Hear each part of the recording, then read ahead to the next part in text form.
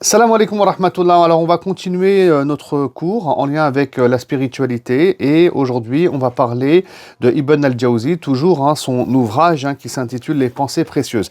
On va s'intéresser à la pensée numéro 5 qui s'intitule L'éloignement vis-à-vis des tentations. Donc déjà, en gros, c'est quoi le sujet C'est que, en fait, l'être humain, il combat et il lutte contre ses passions, mais il oublie les petites tentations qu'il y a à droite, à gauche et qui traînent. Et c'est ces tentations qui risquent de le tacler, de le faire tomber finalement. Et donc, il faut qu'il soit attentif. C'est ça le sujet qu'on va aborder aujourd'hui. Je souhaite aussi vous annoncer que mon site, je veux dire ici ma plateforme aujourd'hui existe, alhamdulillah. Écoutez, n'hésitez pas à vous y rendre, à voir ce qui est proposé. Entre autres, il y aura tous mes cours, bien sûr, toutes mes interventions qui sont proposées là-bas. N'hésitez pas à vous abonner et à souscrire, Inch'Allah. Et je remercie tous ceux et toutes celles, bien sûr, qui me soutiennent sur Tipeee. qu'Allah subhanahu wa ta'ala vous accorde une belle récompense. L'éloignement vis-à-vis des tentations, sans tarder on commence. Il dit Ibn al-Jawzi, celui qui s'approche de la tentation s'éloigne du salut. Déjà, pour commencer. La tentation, vous savez, on a des désirs, on est attiré par la dunya. Si tu commences à t'approcher de la tentation, tu vas t'éloigner du salut. Genre, ça va mal se terminer cette histoire si tu n'arrives pas à t'arrêter maintenant. D'accord? Donc il faut stopper la dynamique dans laquelle on se trouve, car cette tentation va nous mener en fait à des péchés qui sont graves et majeurs. Déjà, première des choses. Donc celui qui s'approche de la tentation s'éloigne du salut, et celui qui prétend être patient est confié à sa personne. Combien de regards n'ont pas été contrôlés? Alors que les choses qui méritent le plus d'être dominées et maîtrisées sont la langue et l'œil. La langue, un organe, et l'œil. Donc lui, il dit ici qu'il y a deux choses qu'on doit maîtriser, contrôler, violenter, je vais dire moi, violenter la langue parce qu'on parle trop mal.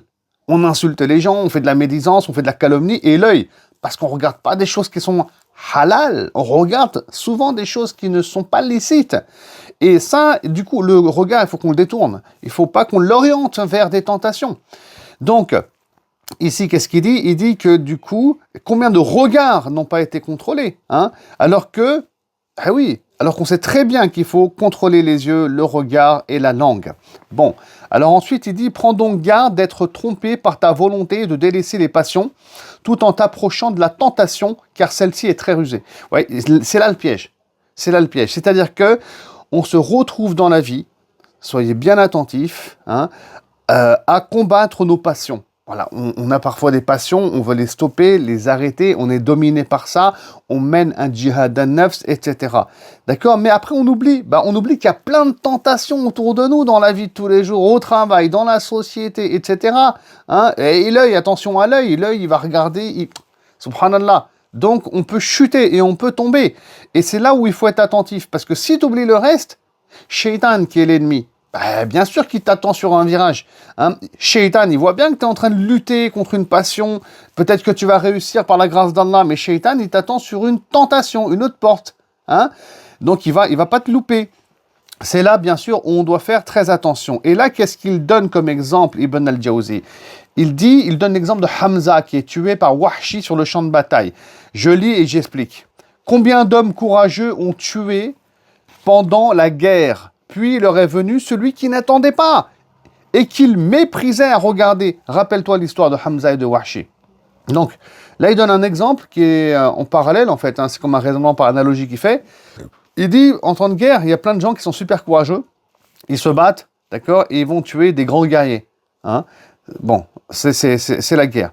Et finalement, ils se font avoir. Ils se font tuer eux à leur tour, mais par quelqu'un qu'ils ont méprisé, qu'ils ont négligé. Ils ne s'y attendaient pas, en fait. Et là, c'est comme Hamza avec Wahshi.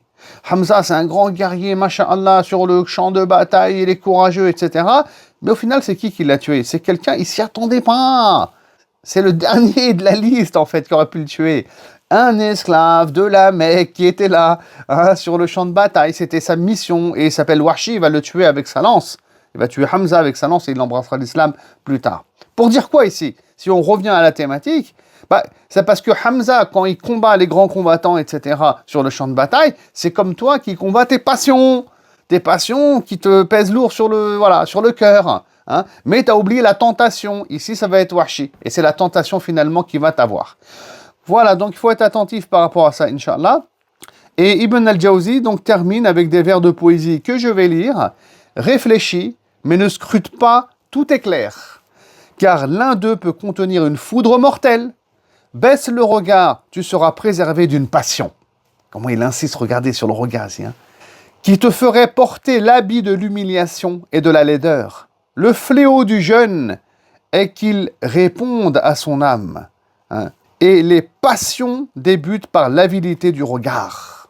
Donc attention bien sûr aux jeunes ici, qui vont répondre, qui ont du mal à dompter leur âme.